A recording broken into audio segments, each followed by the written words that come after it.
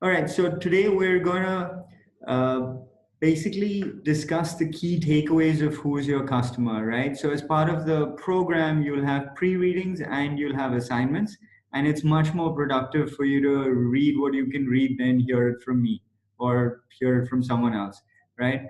The goal of the discussions is to really go from hey, there's that key concept and key reading that we've learned to applying it to your venture, and then separate mentor sessions where you get feedback on the work that you've done. That is the assignment, right? And so I'm very quickly going to summarize the key takeaways of who's your customer. So if you've not read the book as yet, that's absolutely fine. Uh, to me, this is the important stuff as to what you get out of this section of the book as a whole, right? Um, so the most important point really of spending time to dive in and understand who's your customer is to understand uh, what they're looking for, what their key pain points are before designing your solution and product, right? Um, the book starts the process very quickly. You get into market segmentation, and this is one of the most important concepts to keep in mind to identify a very specific target market, right? Because really, when you try to sell to everybody, you're diluting your resources very quickly, and really you're selling to nobody then, right? And so you want to identify your target market quickly, and uh, what sort of enables you to do that initially is preliminary market segmentation. And so the way you're segmenting markets here is that you have the same product, you have the same sales process, and the same word of mouth when you sell your product, right? So what does that mean really? So if you have a different solution, that means that you have a completely different market segment, right? So um, let's take XPs as example. Akash, is it okay if we use XPs as an example?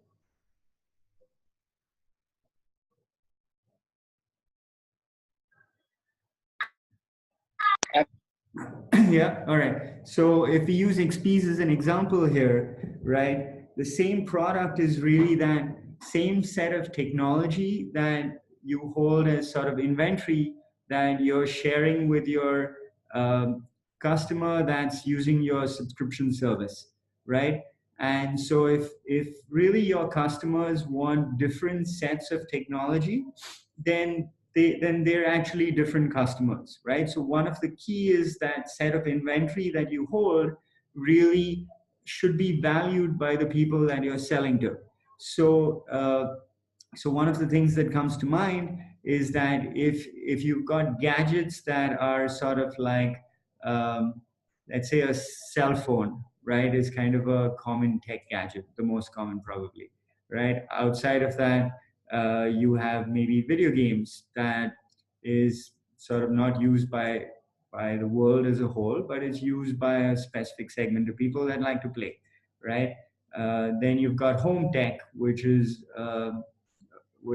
could be Amazon Echo, which could be your smart lights, whatever, right? Then you've got what else? You've got drones, which is now cool, and it has sort of use cases, and sort of people use it, but not everyone uses it, of course, right? And so that set of inventory that you're holding that constitutes your core product, right, should be valuable to that group of people that you're selling to. And so this is really a key concept, right? Because if you need different products, then you're actually selling to different, you're creating separate products for separate target markets. And as a startup with limited resources, that's really going to drain you, right? And so the goal is really to nail that one thing with that same product. The next stage of market segmentation is the same sales process, right? And so if we stick with XP's as example, and here maybe we can have it interactive. And if you uh, if you can tell me largely if you have a very clear target segment and kind of uh, do you use the same sales process, or are there multiple target segments for which you use a different sales process? Yes. So again, I've been trying to find my persona or my target audience for past 2.5 years. Okay. And out the product, and as I'm looking at our current user base who are using our service, what I found is our users are from the age of 6. And the one thing I found common between all this user is that they're super curious about all this new technology that comes out, and Okay. they are very keen to just have that hands-on experience and be able to make a purchase over the period of time. They don't want to go and make an upfront investment, because these are the people who have an income under $60,000 a year, Right. All right. and So, or they have family, or they have other responsibility where they don't want to go and put it out there. Yep. right. So in a nutshell, that I am not able to find that exact persona, but if I have to take a guess, the perfect person that we're trying to target is 28-year-old Bill, who's working in a software company. And after graduating from college, he's been at this company for 5 years. And now his college tuition fees are kicking in that he has to pay for it over the period of time. So he has a budget to go and spend on the gadget, but he still wants to stay on top of technology. So this is the Bill who's we're trying to target, and that Understood. persona. I did this last year, and so we're every marketing, everything we do is based on this person, Bill. Fine. So you've got a clear target customer. You've got a set of products that Bill likes, right? And you have a sales process to sell to Bill.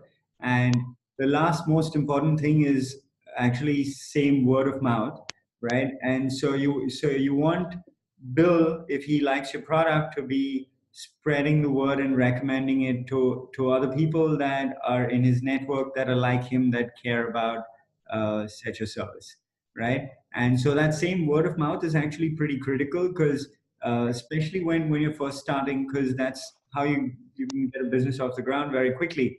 And so if you have, let's say, a Bill in Boston, right, versus a Bill in Bombay, let's say, right, and maybe a Bill in Bombay cares just as much about this really cool service that you've launched now.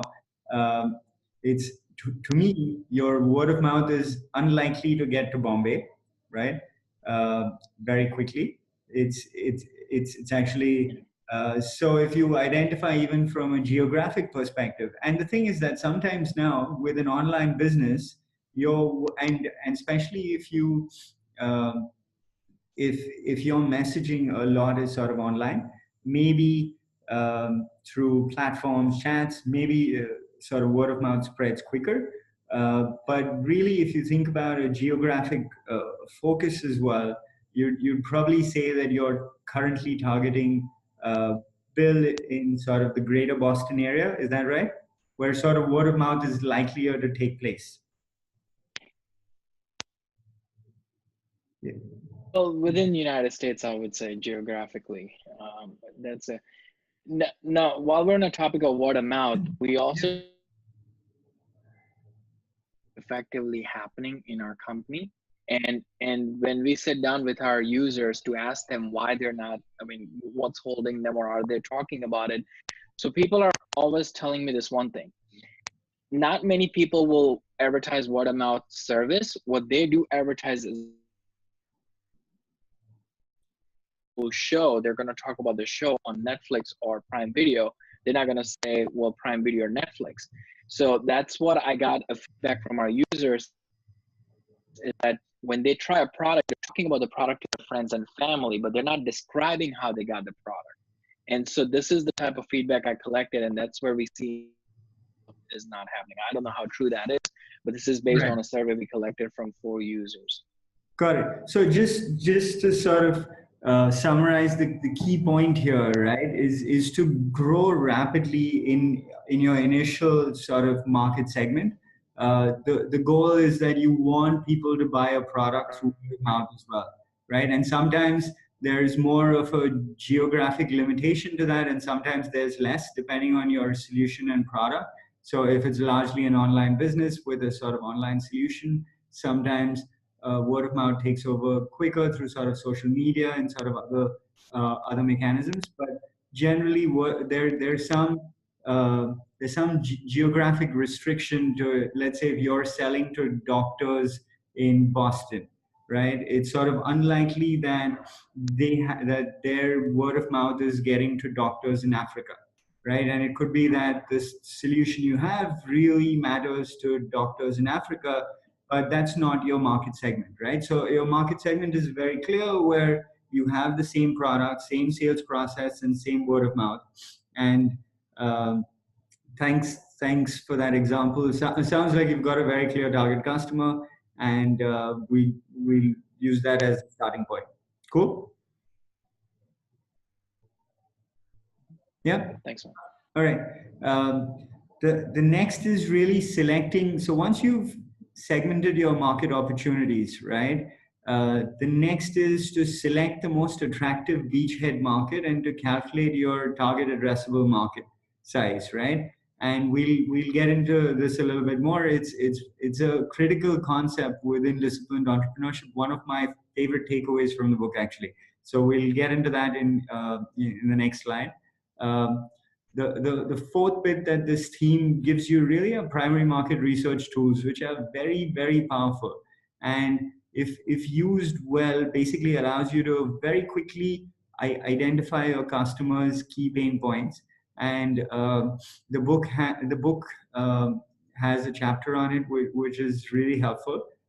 There's resources outside as well, which we've included as part of the platform, so you can take a look at that. And finally, what all this leads into is that you come up with a target persona that includes demographics, psychographics, and most importantly, professional and personal priorities um, that you're sort of catering to, right, and building your solution around. All right, so let's quickly sort of recap, if you've read the book and watched the lectures already, what the best practices in primary market research are, right? And I'm just going to go through this very quickly for those of you who've seen the lectures. Some of this will be familiar. So the most important point is to interview potential users to understand their perspective, priorities, and key pain points, right? One of the things that you want to do when you're doing problem research is you do not want to be in advocacy mode selling your solution. So if you've already designed a product or a solution, it's very easy to, because it's your solution, to get excited and talk about it and to get customer feedback or get customers input into what they think about your solution, right? At this stage, we're doing problem research. So it's primary market research to basically understand the customer and their key problems or key priorities, right? And so one of the things that works really well is to begin with asking open-ended questions, right? So if we use XPs as an example and stick with that, if you're talking to potential users, maybe you say, tell me about the last time you used technology, and how did you buy it, right? Or and then you hear something from them and basically ask a second open-ended question, right? So the goal of an open-ended question is to really let the user speak and open up. And the more you understand their thought process and their buying process, without leading them into what you're trying to sell or what you want them to say their priorities are, you just want to take a step back and listen and really understand where they're coming from, right? And so what works very well is to ask open-ended questions and not to lead them into a particular direction, right? So third point, don't ask leading questions, let the subject lead. The fourth point being, if you can go in pairs, that works much better, uh, because it's most important to take notes, and it's much better if you have a second person taking notes with one person doing the sort of interview discussion. Um, Five, again, this is inquiry mode. You're not in advocacy. You're not here to sell at all, right? And six is, don't talk about your product during problem research. There'll be a time when you do product research, and that's the time to bring that up. And really. So when do you know you're onto something, right? You know that you're onto something when after 10 to 15 interviews, you keep hearing the same thing repeatedly, right? So if Akash keeps hearing from this 28-year-old segment in Boston, that's a young professional, that hey, these gadgets are really expensive, and so I'd like to really try maybe 20 a year, but I end up only buying one or two a year because they're so expensive, and um, and that comes through as a real pain, right? And sometimes when sort of users in a segment really cares about a problem, they might even find workarounds to the problem. So one of the things you might hear is, hey, this is what I do when I'm really looking to try a gadget. I call my 20 friends and see who has it and go and check it out. Really, I don't know, right? I'm just throwing that out there. Uh, but as an example, when you keep hearing the same thing um, from your user base, that this is what pains me or troubles me and I'd like a solution for it, that's when you know you're onto something. Yeah. All right. um, all right, so we come to the concept of selecting a beachhead market, which is really probably the most critical thing in disciplined entrepreneurship, because if you nail this, you're really set up for success. All right, so what is a beachhead market?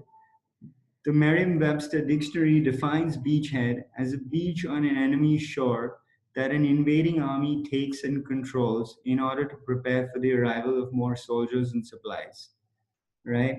So in World War II, the Allied forces were actually losing the war to Germany, right? And what changed the course of history and the war was that the United States identified Normandy as the beachhead market that they wanted to get into because they could access it from both water as well as air.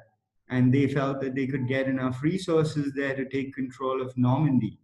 But the goal of taking control of Normandy was not to control Normandy, right?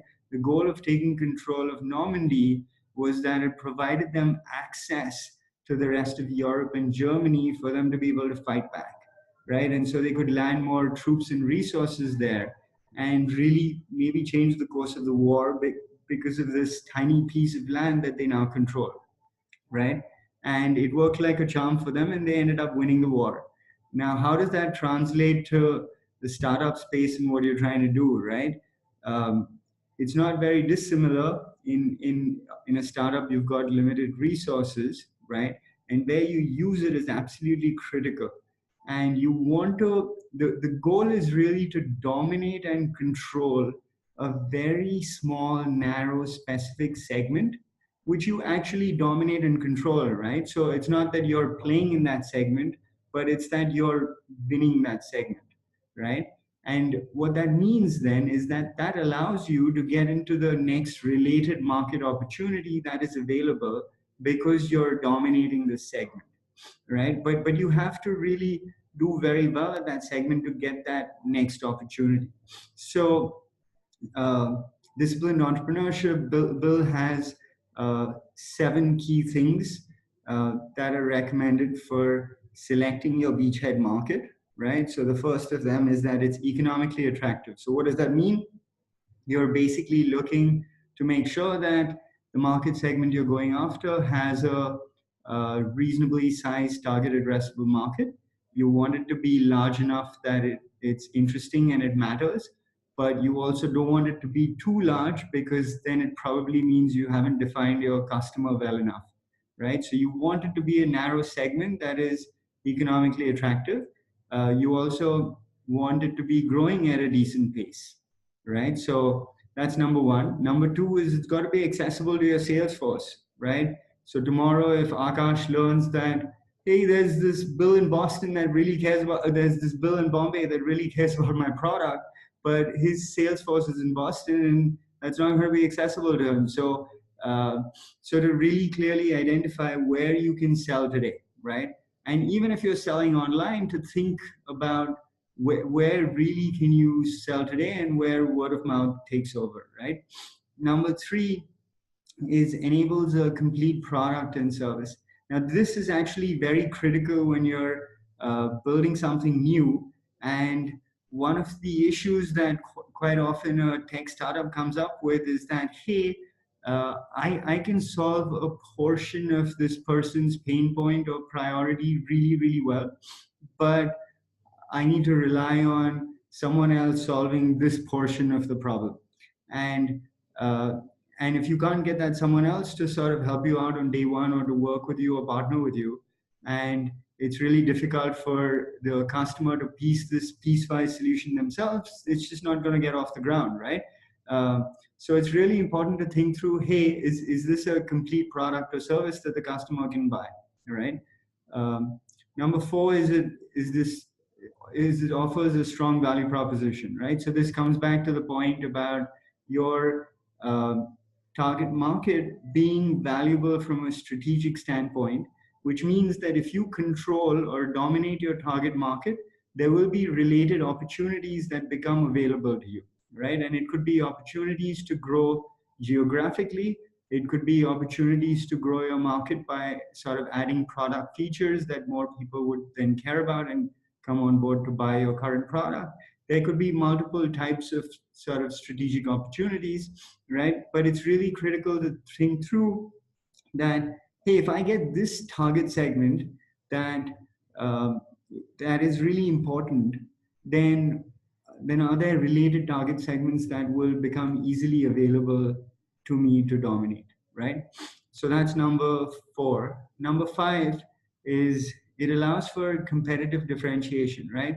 And so you want to go where competition is less, or you really want to make sure that you can be different from your competition. Because if you're going to offer a product or service that can be replicated in no time and that you can't sort of defend from a core standpoint, that's your key expertise in core, doesn't allow you to be different long term, then you're going to do all this work for it to just be replicated, right? Or you're going to do all this work to provide something that already exists today, which is not valuable to kind of anybody, right? And so really got to think through how you're going to be different from existing products and service and from competition, and what's going to allow for long-term competitive differentiation, that being most important. Six is, sorry, number four, I actually spoke about strategic value. And so what I already covered was that your market segment offers strategic value, right? And so if you control a market, then a related market opportunity becomes available to you. And so that's number six, that's it provides strategic value. Number four is that you offer strong value proposition. That basically means that your value proposition to your customer is really strong, that they value your product or service for what you're offering, and why and how it's different from what already exists, right? So that's number four. Um, Sorry if I confused you with that, but is that clear to all? Yeah? Nodding heads, cool. All right, so I'll keep going. Uh, Number seven is it aligns with the team's values, right? And this is really critical, because if you're starting something new, you're going to be doing it long term, and if it doesn't align with your core personal values, you're really unlikely to stick with it, right? And so that's um, can tell you that just following this 7-step framework, I've seen teams in the past that have very different thoughts as to what their target market should be and kind of what problem they should really focus on solving, to when they do the work of really segmenting the potential markets that they can go after and then ranking them using this framework. Very quickly you find that there's strong consensus as to what problem to solve and what target market to go after, right? Because you've really taken the time to clarify that, hey, this segment is attractive, this is a segment that we can really differentiate ourselves long term, and that is core to what we can offer, and it aligns with our values, right? And so going through the 7 uh, criteria really is kind of critical to nailing the problem that you're working on and your target customer. All right, so I'll keep going. Does anyone have questions there, or I can keep going. Keep going. All right. Next is 10 items to include in target personas. This is from HubSpot's blog. The book has fantastic examples with respect to personas as well. So, but I just wanted to provide you with sort of different views from different sources as to what they look for. The common theme is they all basically want a persona to include demographics, psychographics, and key priorities, right? So HubSpot has this 10 items which they recommend that your persona should be a semi-fictional character. It should include a day in their life. The book recommends including a week in their life. 3 is demographic and biographic behavior. 4, the persona's goals. 5 is their pain points. Number 6, information search process. This is absolutely critical, right? And so when you really understand your customer, you understand what their watering holes are, right? So you understand where they hang out. You understand what they read to get information. So you understand what publications they're subscribing to, because this really allows you to get insight into how to reach them and how to sell to them, right? So if you understand what their watering holes are, you can easily reach them. If you understand what they read, then that's a way maybe you can get them to learn about you, right? And so this number 6 is absolutely critical when you're thinking about uh, first of all reaching them, but second of all customer acquisition, right? Number 7 is type of experience desired, right? So what are their pain points and what do they really want solved from a customer experience standpoint, right? Number 8 is common objections. So if there are existing solutions to the problem, what are the common objections with the existing solutions? And you learn a lot from that, because if you're trying to start something that is slightly different, quite often slightly different adds a ton of value, because that slight difference is your competitive advantage and is the common objection that the person has with the current solution, right?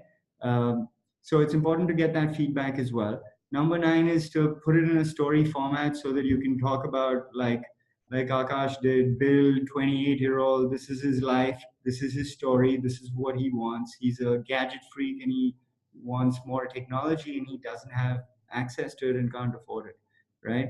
And number 10 is to have an image so that it makes this person real and you can talk about this person now, right? This is an example from the HubSpot blog, and I'll let you guys take a look at it later. I'm going to keep going. This is an example. So this is the most basic example for a course that I did on Udacity Online, which is digital marketing. And I figured that I'd show you all the formats that are sort of recommended, right? And this is the bare bones one, where what they recommend is include background and demographics, include the persona's needs, include the persona's hobbies, their goals, and their barriers, right? So what's really stopping them um, from using the existing solution and being happy with it, right? Um, this is something that you can take a look at as well.